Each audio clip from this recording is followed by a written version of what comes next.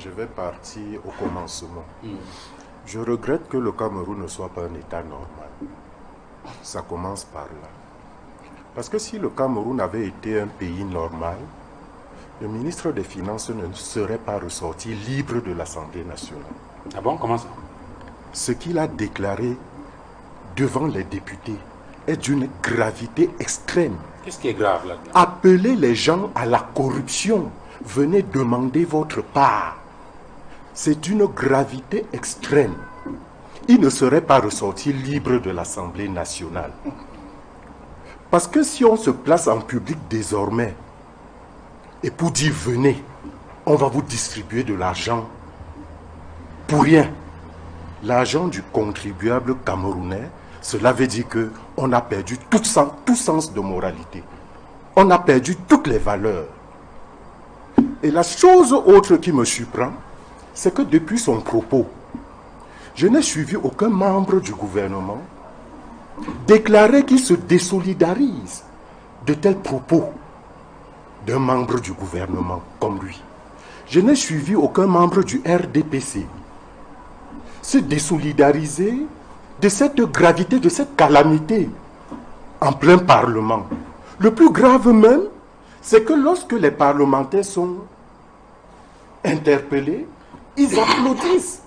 Ils trouvent plutôt une opportunité au lieu de se lever et de dire « Monsieur le ministre, ce que vous nous appelez à faire là, c'est ce que toutes les institutions qui ont été créées depuis pour lutter contre la corruption, c'est ce exactement. Ces institutions les indexent. Qu'un ministre des Finances se tienne au Parlement et dise aux députés, mais pourquoi même vous cherchez les problèmes? Venez demander, certains d'entre vous viennent même déjà demander et on leur donne. Venez demander votre part. Conséquence, on doit mettre le numéro du ministre à la disposition de tous les Camerounais. Et tout Camerounais qui a un problème va appeler le ministre et le ministre doit apporter la solution. Commençons par la ligne 94. Lorsque j'ai écouté l'intervention du ministre, du début à la fin, sur les 1844 milliards, il justifie 1 milliard. C'est le milliard qui a été accordé à la société de transformation de cacao à Kekem, qui devait servir d'effet de levier pour lever d'autres fonds. C'est le seul milliard qui est justifié. Il reste donc 1843 milliards dans le flou. Et dans ce flou, il vous dit quoi? Il a financé pour presque 12 forages à un député.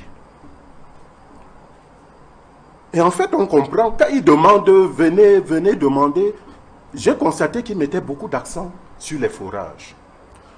Or, pour 1843 milliards, on fait pratiquement 1 million de forages dans un pays qui a 360 communes. Cela veut dire que les Camerounais aujourd'hui ne devraient plus mourir de maladies de la saleté, des maladies diarrhéiques et autres.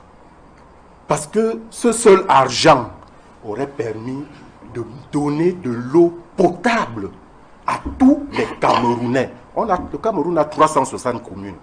Les 1843 milliards restants là permettent de faire 1 million de pommes. Pour des forages dont les prix varient entre 1,5 million et 2 millions. 1 million de forages. C'est ça qui n'a pas été fait. Les propos du ministre sont d'autant plus scandaleux qu'il parle de l'audit. L'audit, c'est le contrôle externe. C'est le contrôle externe. C'est-à-dire que les gens qui viennent auditer n'ont rien à voir avec la structure qui est auditée.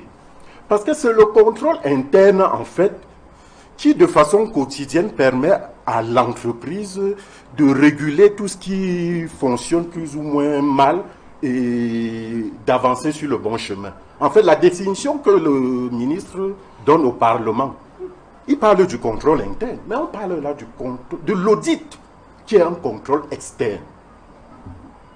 Et le ministre connaît les résultats du contrôle externe. Si bien qu'il vous annonce qu'il n'y aura rien. Je dis, c'est excessivement grave. Et qu'il soit sorti libre du Parlement, cela veut dire qu'on n'est plus un pays normal. On n'est pas du tout un pays normal. Audit externe, le ministre a les conclusions avant que les auditeurs, qui sont externes, ne fassent le boulot. Il a les conclusions, il sait qu'il n'y aura rien. Cela m'a poussé donc à essayer de comprendre. La ligne 94 est logée au Minipat. Et je suis allé regarder l'organisation du Minipat et je suis tombé donc sur le directeur de la programmation des investissements qui s'appelle, c'est un certain Sylvain Vondon.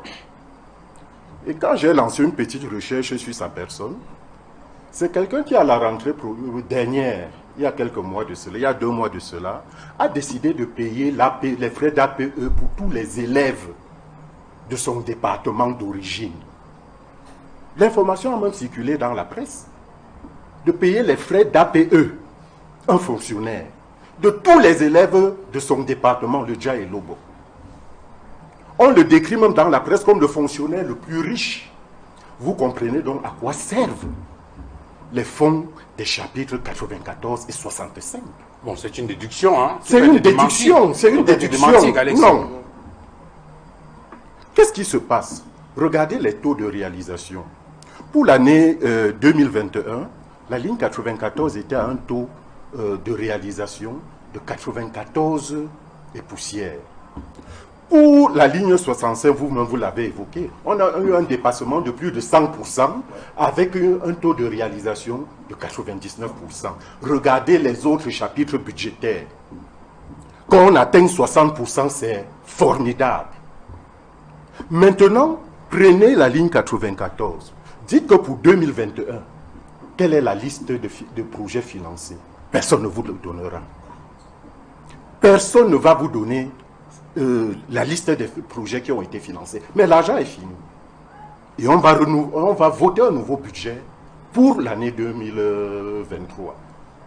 L'argent est fini, c'est la même chose avec la ligne 65. Conséquence, qu'est-ce qui se passe? Exactement ce qu'a décrit le ministre. On se partage entre petits amis. Et pour que les uns et les autres ne soient pas frustrés, il les invite à venir demander leur part. Voilà la gouvernance dont il s'agit, tout simplement. Edmond Kamkia, sur cette